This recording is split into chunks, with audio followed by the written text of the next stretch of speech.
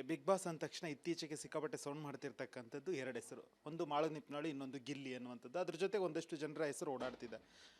ಮಾಳು ನಿಪ್ನಾಳಿಗೆ ಗಿಲ್ಲಿ ಟಕ್ಕರ್ ಕೊಟ್ರ ಅಥವಾ ಗಿಲ್ಲಿಗೆ ಮಾಳು ನಿಪ್ನಾಳು ಟಕ್ಕರ್ ಕೊಡ್ತಾ ಇದ್ರು? ಅವನ್ನ ಹಾದೇ ಬೇರೆ ನಂದೇ ಬೇರೆ ರೀ. ಯಾಕಂದ್ರೆ ಒಂಥರ ಕಾಮಿಡಿ, ನನ್ನ ಸಿಂಗಿಂಗ, ನನ್ನ ವ್ಯಕ್ತಿತ್ವ ಬೇರೆ, ಅವ್ರ ವ್ಯಕ್ತಿತ್ವ ಬೇರೆ. ನನ್ನ ವ್ಯಕ್ತಿತ್ವ ಅವ್ರ ವ್ಯಕ್ತಿತ್ವ ಇದನ್ನು ಕಂಪೇರ್ ಮಾಡೋಕ್ಕಾಗಲ್ಲ. ಯಾಕೆ ಕಂಪೇರ್ ಮಾಡೋಕ್ಕಾಗಲ್ಲ ಅಂದ್ರೆ ಅವ್ರ ಹಾದಿ ಬೇರೆ, ನಾನು ಹಾದಿ ಬೇರೆ. ಗೆಲ್ಲಿ ಚಲೋ, ನನಗೇನು ನಾವು ಕೆಟ್ಟವಂತಲ್ಲ. ಕಾಮಿಡಿ ಮಾಡ್ತಿದ್ದ, ಸ್ವಲ್ಪ ಕಾಮಿಡಿ ಮಾಡ್ಕೋತ ಒಬ್ಬರನ್ನ ಇರಿಟೇಟ್ ಮಾಡ್ತಿದ್ದ. ಒಂದು ಮಾತಿದೆ, ಅತಿ ಆದರೆ ಅಮೃತವು ವಿಷ ಎನ್ನುವಂಥದ್ದು. ಸೊ ಎಲ್ಲ ಒಂದು ಕಡೆ ಹಂಗೆ ಅನ್ನಿಸ್ತಾ? ಹಾಂ, ಭಾಳ ಕಡೆ ಅನ್ನಿಸ್ತು. ಅನ್ನಿಸ್ತನಕತ್ತೂ ಅವಾಗ ಡೈರೆಕ್ಟಾಗಿ ರಘು ಸರ್ ಎಷ್ಟೋ ಸಲ ವಾರ್ನಿಂಗ್ ಮಾಡ್ರು, ಗಿಲ್ಲಿ ಎಷ್ಟು ಕಷ್ಟ ಇರಬೇಕು, ತಮಾಷೆ ಅನ್ನೋದ, ಇದು ಅಸ್ತಿ ಜಾಸ್ತಿ ಆಗತೈತಿ, ಸರಿ ಇರಲ್ಲ ತಿಳ್ಕೊಂಡು ಎಷ್ಟೋ ಸಲ ಹೇಳಿದ್ರು. ನಾನು ಹೇಳಿನಿ ಅವ್ರಿಗೆ, ಸುಮ್ಮನೆ ನೋಡೋಗಿಲ್ಲ, ಯಾಕೆ ಇಶ್ಯೂ ಮಾಡ್ಕೋತಿ, ನಿನಗೆ ಎಷ್ಟು ಬೇಕಾಟ್ ಮಾತಾಡು, ಕಾಲು ಇಳಿ ಕೆಲಸ ಮಾಡಬೇಡ, ಒಬ್ಬರ ಬಗ್ಗೆ ಕೆಳಗಾಗಿ ತಲೆ ಇದನ್ನು ಕಾಲು ಕೆಳಗಾಗಿ ಮಾತಾಡಬೇಡ, ಯಾಕೆ ಅವ್ರದ್ದು ಅದೊಂದು ಇದನ್ನ ಇರ್ತೈತಿ ಅಂತ ತಿಳ್ಕಿಸಿಂದ ಎಷ್ಟೋ ಸಲ ಹೇಳಿನಿ.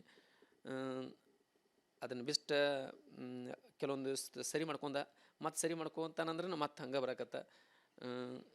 ಒಳ್ಳೆ ಹುಡುಗ, ಕಾಮಿಡಿ, ಎಲ್ಲರೂ ನಗಸ್ತಾನು, ಎಲ್ಲರೂ ನಗಸ್ತಾನು, ಒಳ್ಳೆ ಹುಡುಗ. ಇದೊಂದು ಸ್ವಲ್ಪ ಅವ್ನ ತಲೆ ಮಿಸ್ಟೇಕ್ ಕಾಣಿದ್ದೆ ಅಂದ್ರೆ.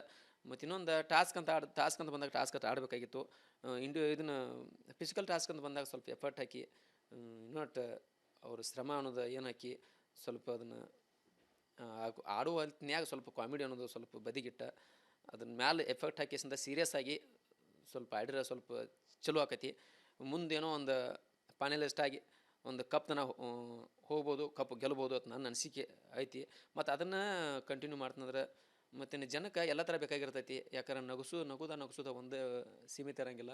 ಈಗ ಒಂದು ಬಿಗ್ ಬಾಸಲ್ಲಿ ಟಾಸ್ಕ್ ಕೊಟ್ಟಾರಂದ್ರೆ ಅದನ್ನು ಟಾಸ್ಕ್ದಾಗ ಹೆಂಗೆ ಆಡ್ತಾರೋ, ಇವ್ರು ಹೆಂಗೆ ಆಟೈತಿ ಜನನೂ ನೋಡ್ತಿರ್ತೈತಿ. ನನಗೆ ಅದು ಒಂದು